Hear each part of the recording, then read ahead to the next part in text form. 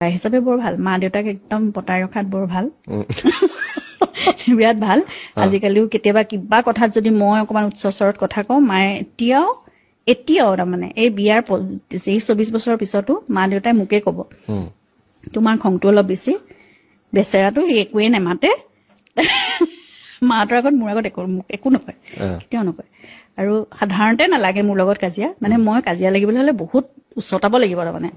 বহুত লাগিব প্ৰভোগ কৰি থাকিব লাগিব তেতিয়াহে কাজিয়াখন লাগেগে আৰু মা দেউতাক মানে তুমি আগতে গোলাঘাটত যেতিয়া আছিলে